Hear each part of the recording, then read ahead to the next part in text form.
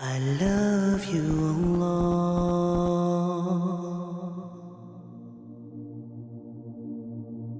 At times of great difficulty, at times of distress, when it appeared that there was no hope left, what dua did the Prophet say when all hope of this world was cut off? It is mentioned in the Quran upon the tongue of the Prophet Muhammad ﷺ, but we know from the hadith that the Prophet Ibrahim used it before our Prophet Muhammad ﷺ. And Ibn Abbas narrated that when the Prophet Ibrahim was about to be thrown into that fire. What fire is this? This is the fire of Namrud. This is the fire that for 3 days and 3 nights it was made hotter and hotter. The fire that they wanted to punish Ibrahim with when they accused him of destroying their idols. And instead of responding back, he mocked them and said, no, must be the other idols who killed the biggest one. They must have been jealous of him. So this young boy Ibrahim, probably 14, 15 years old, this young boy Ibrahim alayhi salam, and we learn from the traditions, he was the only Muslim on earth at the time. There was no other Muslim other than him at that time. And he believes in Allah and he rejects the idols. So when these evil people, when these mighty kings surround him and they tell him, unless you apologize and come back to our way, we will kill you in this manner. And they torture him for 3 days. And then they make this fire. And before they throw him in, what does he say? Ibn Abbas said, when Ibrahim was about to be thrown into the fire, he said, Hasbunallahu wa ni'mal wakeel. This is the dua of Ibrahim. What does this dua mean? Why is it so powerful? When you say Hasbi Allah, you can only say Hasbi Allah when you know who is Allah. And then you put your trust in Allah subhanahu wa ta'ala. A heart that doesn't have iman, a heart that is ignorant of Allah, cannot say Hasbi Allah. When you say Hasbi Allah, you are affirming the power of Allah, the love of Allah, the fact that Allah knows who you are, what you're doing, how much you need Him. When you say Hasbi Allah, you are saying, oh Allah, I recognize that when you decide to do something, nobody can come between you and your will. There is no strength, there is no power other than you. When you say Hasbi Allah, you say, I don't care who is against me. If Allah is on my side, that's all that I need. So Hasbi Allah is something that is coming from the heart, and it is affirming the power and the protection and the might of Allah subhanahu wa ta'ala. When you say Hasbi Allah, you automatically imply, who needs anybody other than Allah? He who has Allah doesn't need anybody else, and he who has everything except for Allah has nothing.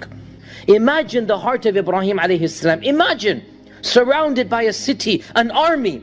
The mightiest king alive is in front of him, threatening him, torturing him. He's a 15-year-old kid. There's that fire that's been put for 3 days and 3 nights. Not a single human being in the world, his own father, is on the side of the prosecution. Just imagine.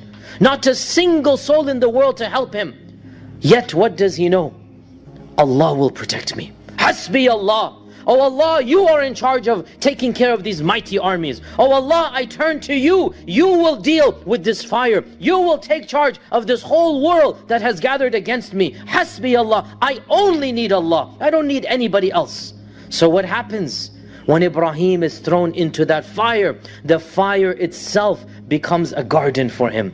A garden, a pleasant walk in the park. It becomes beautiful, fragrant, green, cool. This is what happens when you put your trust in Allah subhanahu wa ta'ala. And this is exactly what happened in the lives of Ibrahim alayhi salam, and also in the life of the Prophet Muhammad sallallahu alayhi wa sallam. When the battle of Ahzab took place and 10,000 strong were surrounding Medina, and there were barely 1,500 Sahaba. There's no way they could physically fight against 10,000. 10,000 armed men, and they cut off the supplies. For 1 month they cut off the supplies. How long can you last? The people were beginning to eat vegetable, the leaves of the trees. They had nothing to eat. They're starving. They haven't had a proper meal for weeks. How long can the siege last? What is going to happen? They cannot fight. The Quraysh are outside with all of their allies, 10,000 strong. They cut off all of the food supplies, all of the caravans. How long can this go on? So they say, Hasbunallahu wa ni'mal wakeel. And what happens? What happens?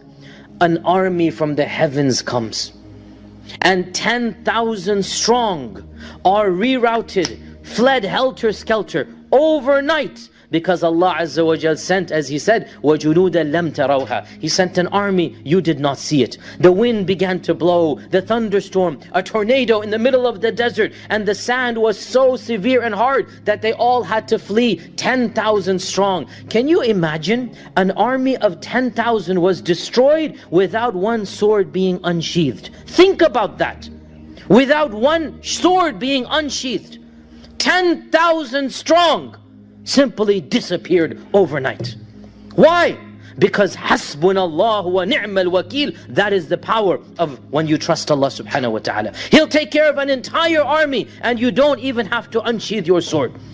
But as long as you show that tawakkul, as long as you recognize, oh Allah, you will deal with it, you will take care of it. Hasbi Allahu wa ni'mal wakil. And of course, I have to add here as well, that you only do this after you have done everything in your power. The Sahaba built the trench. The Sahaba armed themselves. The Sahaba were ready for battle if need be. They didn't just sit in their houses and say, Allah will take care. You do everything you can physically, and then you say, the rest is up to you, oh Allah. And really, oh Allah, I only need you. Hasbi Allahu wa ni'mal wakil.